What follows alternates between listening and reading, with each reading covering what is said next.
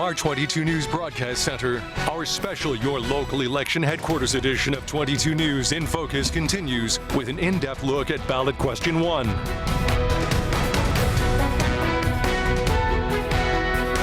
Good afternoon and welcome to 22 News in Focus. I'm Ciara Speller. In 2012, Massachusetts voters approved a referendum known as the right to repair. That law guarantees that independent repair shops have the same access as auto dealerships to the vehicle computer information used for diagnosis that is, and repair. An updated version is on the ballot again in November. So today on 22 News in Focus, we'll have two separate half-hour programs dedicated to Ballot Question 1, Right to Repair. In our first half hour, our guest was Tommy Hickey, the director of the Massachusetts Right to Repair Coalition, or Yes on One.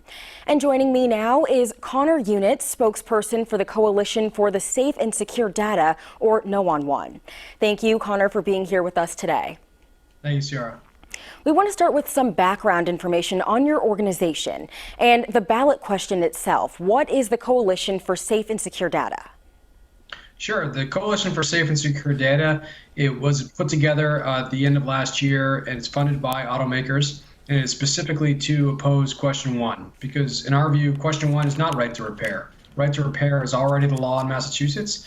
It ensures, as you just said, ensures that people can get their car fixed wherever they want, and that local mechanics have access to all the information necessary to diagnose and repair a vehicle. That will not change no matter what happens with Question 1. And we want to inform our viewers a little bit on who are the members of the coalition. Yeah, as I said, our funders are automakers. Members of the coalition include organizations that are both represent automakers, that represent wireless networks, that represent cybersecurity and technology groups. And who supports voting no on Question 1? Again, Question 1, in our view, is about access to data. This is funded by AutoZone, O'Reilly Auto Parts, Napa Auto Parts, companies that are national retail chains dedicated to auto parts sales. They want access to information so that they can sell to consumers and sell information about consumers. The existing law already ensures that anyone can get their car fixed wherever they want. It also covers telematics, the very issue at stake here. It says very clearly that if there's any information necessary to diagnose and repair a vehicle, and it's only available through telematics and it's available to dealer repair shops, it must be made available to local independent repair shops. And again, that will not change. And so we've actually seen some ads out there, as we approach election time, and they're suggesting that sexual assault and domestic violence victims could be at greater risk due to this information getting out. Talk a little bit about these ads we've been seeing. Sure. Well, some of the ads are based on testimony from the California Coalition Against Domestic Violence and Sexual Assault, because California was the only other state where an attempt like this has been made before. That effort was defeated. That bill very explicitly called for the inclusion of GPS data. And so what you'll hear the other side say is that they don't want GPS data. Well, for 6 years, they've been working on this legislation. They knew they failed in California because they specifically called for GPS location. So they did it very cleverly here in this bill, and they instead of saying they want GPS data, they changed the definition of mechanical data to be anything necessary or anything related to diagnosis and repair of a vehicle, and they casually eliminated language in the existing law that already excludes GPS data. So they went about it in a different way. But in essence, it's the same bill that was proposed in California, and that is what domestic violence groups testified about in the past. Yeah, and so that, is a really strong message. We've seen it on TV, but how else are you getting that message out there? Yeah, I mean, we've been sharing a number of messages about this. One of the tricks that the yes side is trying to pull is they're trying to make it seem as if this is just an expansion, closing a loophole, they call it. But they know there's no loophole because, again, telematics is already addressed in the law. So we have to combat a very simple message with a variety of messages about the different concerns here. Our primary concern, I want to be clear, is not that your data is at risk because independent repair shops have it. They already have access to that information when your car is plugged into the shop. They can get every bit of data they need to diagnose and repair your vehicle. The risk here is that Question 1 specifically creates a remote access an open access platform that is remote, that would allow anyone to access your vehicle's computer remotely at any time. That opens a door that cannot be relocked, and it significantly increases cybersecurity risk. And for our viewers just joining us, we are speaking with Conor Yunits, spokesperson for the Coalition for Safe and Secure Data, or No on One. So Conor, for those joining us, I want to ask you, where does your funding come from? Our funding comes from automakers. We've always been very clear about that fact. We're in fact the only side that's always been clear. There was a point earlier in this campaign where the yes side tried to hide $3.5 million in funding they had received from auto parts suppliers, including Napa, including AutoZone, including O'Reilly. 99% of the funding for the Yes campaign has come from these major out-of-state corporations. And really, just to look at this question, of the total of $45 million that's been raised and spent by both sides, and it's about equal on both sides, just $4,000 has come from Massachusetts. So it's very clearly not an issue about Massachusetts. It's not an issue about repair. This is about national groups fighting over access to vehicle data. And Conor, I want to ask you, we're in an age that's driven by social media. So, what about your platform on social media? Social media is, part of this campaign, but really our concern is with the vehicle generated by the vehicles, the information generated by the vehicles. It is all encompassing. It is anything, quote unquote, related to, which really applies to everything in the vehicle. That includes where you drive, what you listen to. There is no reason this information would ever be necessary to diagnose and repair a vehicle, and that's why we're fighting so hard against this question. All right, and after a short break, we'll be discussing the details contained in Ballot Question 1. You're watching 22 News in Focus.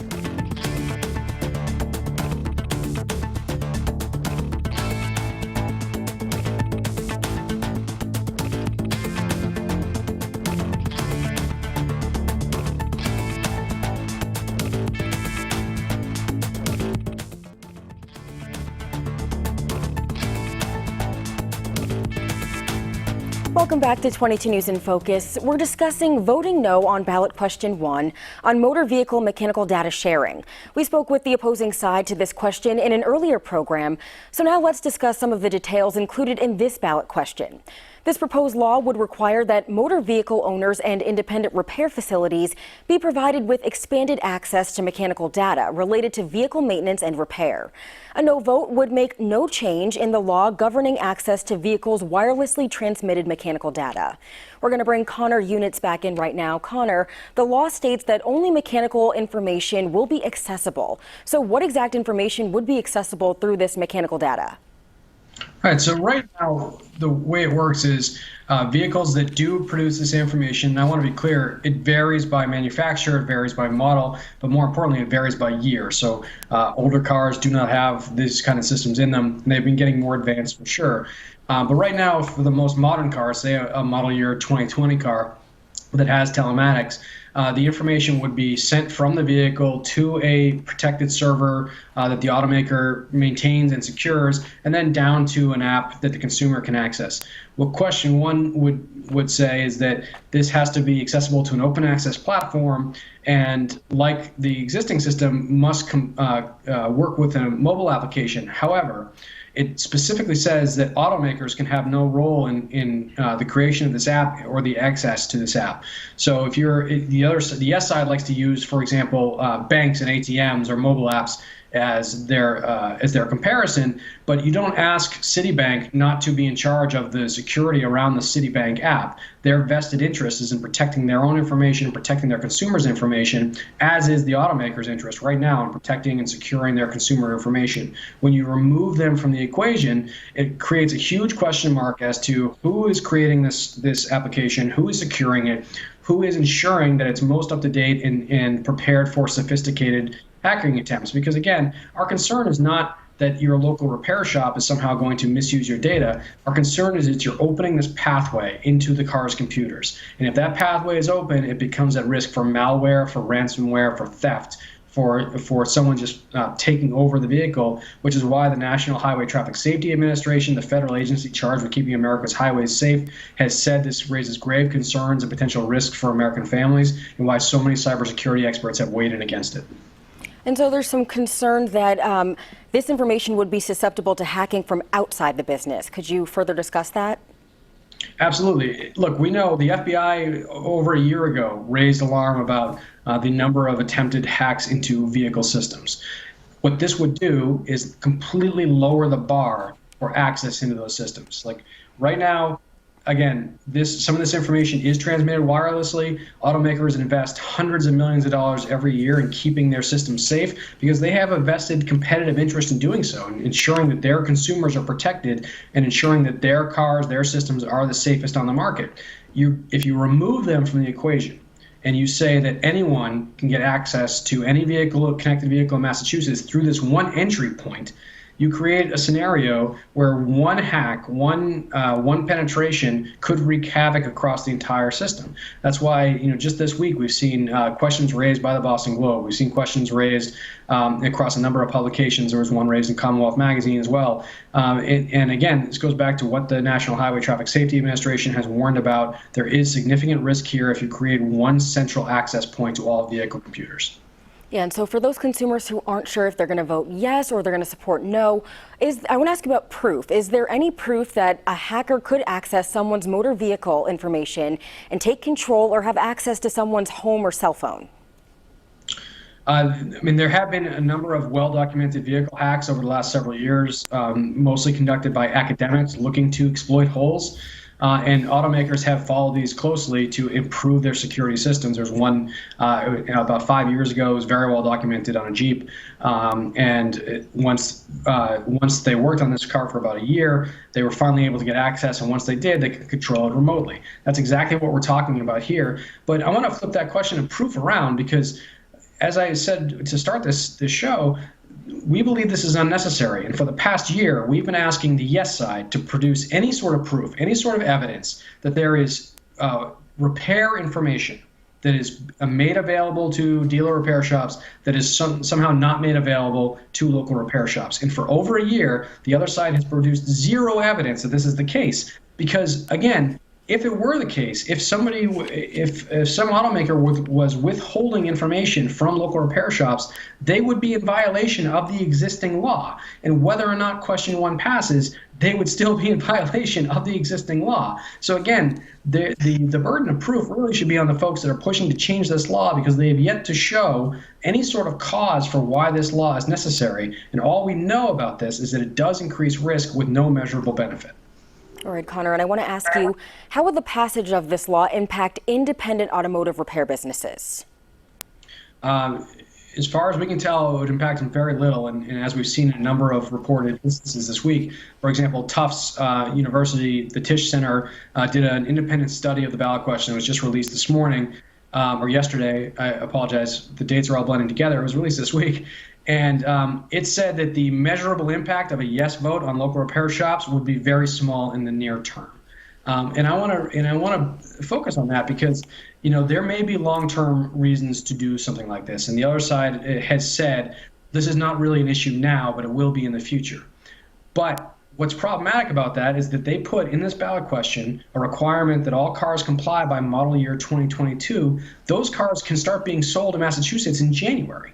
So if this is not an immediate issue, if this is something down the road, why did they put such an accelerated timeline in here? Because there's virtually no way that any automaker would be able to comply with a timeline like that when their model year 2022 vehicles are already on the assembly line.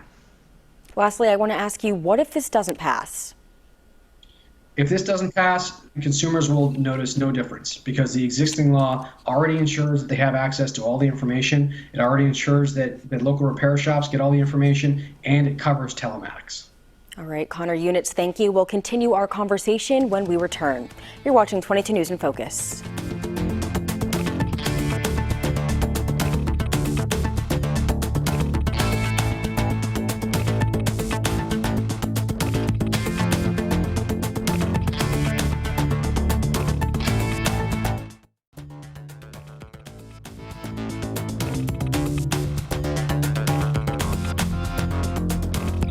Thanks Thanks for joining us back here on 22 News in Focus. We're discussing voting no on ballot question 1 on motor vehicle mechanical data sharing.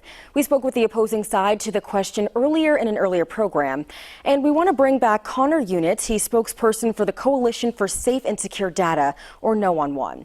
Conor, I want to ask you to discuss the differences between the California proposal in 2014 and this current ballot question. Absolutely. The California proposal in the Massachusetts bill had the same goal, which was to expand access to third parties. The biggest difference that the yes side likes to point to is that the California bill specifically called for GPS location, and this one doesn't. But again, they learned from what happened before. They lost in 2014 because of that GPS. So what they did this time, instead of saying that this bill will prohibit GPS access, they just worded it more broadly to say anything related to diagnosis and repair. It would have been extremely easy for them to include language in question 1 that says nothing in this bill shall pertain to GPS or real-time location data. They wrote the question. They have total control over what words are used. They did not do that, and they did not do it for a reason. And that reason is that the Auto Care Association, which is the national trade organization for a lot of these auto parts suppliers, that is the main funder of question 1 and is the lobbyist behind question 1 and wrote the language of question 1, it was going around the country, going to the national trade shows in Vegas in 2019 and showing their version of what they want the app to look like. And that app included location data, it included real-time GPS, it included behavioral data. So they're saying one thing to Massachusetts voters and another thing to their consumers around the country. Now I want you to explain to our viewers why this ballot question is important or necessary. We don't believe it is necessary. We believe that all of this information, in fact, we know that all of this information is covered under the existing law. The existing law was what they call future-proofed. It included a number of provisions to ensure that this information would be available even if there were advances in technology. For example, it created 3 ways that this information could be available to repair shops. The one that most people use is the OBD2 port, which when you go into the shop, they generally plug in. It's underneath your dashboard. They plug in, they get all the information. There were other methods considered, including just the ability to plug a FireWire into from a computer into your car to get the information if the OBD ports went away. The reality is that OBD ports are not going away. They are required by the Federal Clean Air Act. They are required by California law. And on some vehicles that do not have them currently, like electric vehicles like Teslas, California's Air Resources Committee is considering adding those in their next round of requirements for vehicles, ensuring that zero-emission vehicles also have OBD ports. So these are not going away. For them to go away would require huge changes in federal and state laws around the country. And so again, this question is not necessary, and it's really built on a whole bunch of myths pushed by these auto parts suppliers. All right, and for those just joining us, I just want to have you explain who benefits and how by having access to vehicle data. Yeah, so for the automakers, they use vehicle data primarily to improve the driver safety and improve driver enjoyment, I guess. So for example, this information is used for crash notification, for lane assist, for rear view cameras, for turn-by-turn navigation, all these things that help improve the safety of vehicles. It also is in things like radios and in other high-tech consumer infotainment options that consumers want in cars. That's why these things exist. They primarily do not pertain to repair data, but this is valuable information for the retail parts chains, the AutoZones, the O'Reillys, the Napas, because they are in the business of selling parts to consumers. So they want as much information as they can to market to consumers, to be able to ask them to come into one of their retail shops to buy these parts. So that's what this is all about. Even Ed Davis, the former Boston police commissioner who has been on TV, pressing for question 1, who it is not disclosed in their ads, has been paid $75,000 by the YesOne side to do these ads. Even he says that this is about big data. This is not about repair. It's about big data. And the people that will benefit are these huge corporations. That's why they spent $21 million in Massachusetts. All right, Conor, let's talk about telematics. Will telematics limit who can repair motor vehicles? Definitely not. Telematics information is covered under the existing law. First of all, it's primarily not used for diagnosis, and I have yet to meet a dealer repair shop in Massachusetts who uses telematics or is even given access to telematics when it comes to repair. But the existing law either way covers it. It ensures, number one, that automakers have to share all the same information with independent repair shops that they share with dealer repair shops. Even if an automaker tomorrow decided they were only going to share all their repair information telematically, they would still be required to share it with local repair shops under the existing law. So this is not necessary, and it does increase risks. And is it possible for vehicle data to be securely transmitted? Yes, it is possible, and a number of automakers are already doing this, and this is where things are going. For example, BMW has a system that they developed in Europe specifically because they were required to protect consumer safety and information under general European privacy laws. So they developed a system where their vehicle information is sent encrypted to a secure server, re-encrypted, sent down to a consumer app, and the consumer then can decide who they're going to share information with, a repair shop, an insurance company, whoever they want, and what information they're going to share. And that information, again, goes through the secure server and down to the third party. It is never direct to the vehicle. It is always encrypted. So there are ways to both share consumer information and information with consumers and to do it securely, but none of that is possible the way question 1 is worded. And lastly, where can consumers go to find more information on voting no on question 1? Our website is safeandsecuredata.org. All right. And do you guys have social media that you use as well that people can go and see your message there? We do. I believe it's at Safe and Secure Data, but all those feeds are on the website for sure. All right. Thank you, Connor. And we'll have some final words after the break. You're watching 22 News in Focus.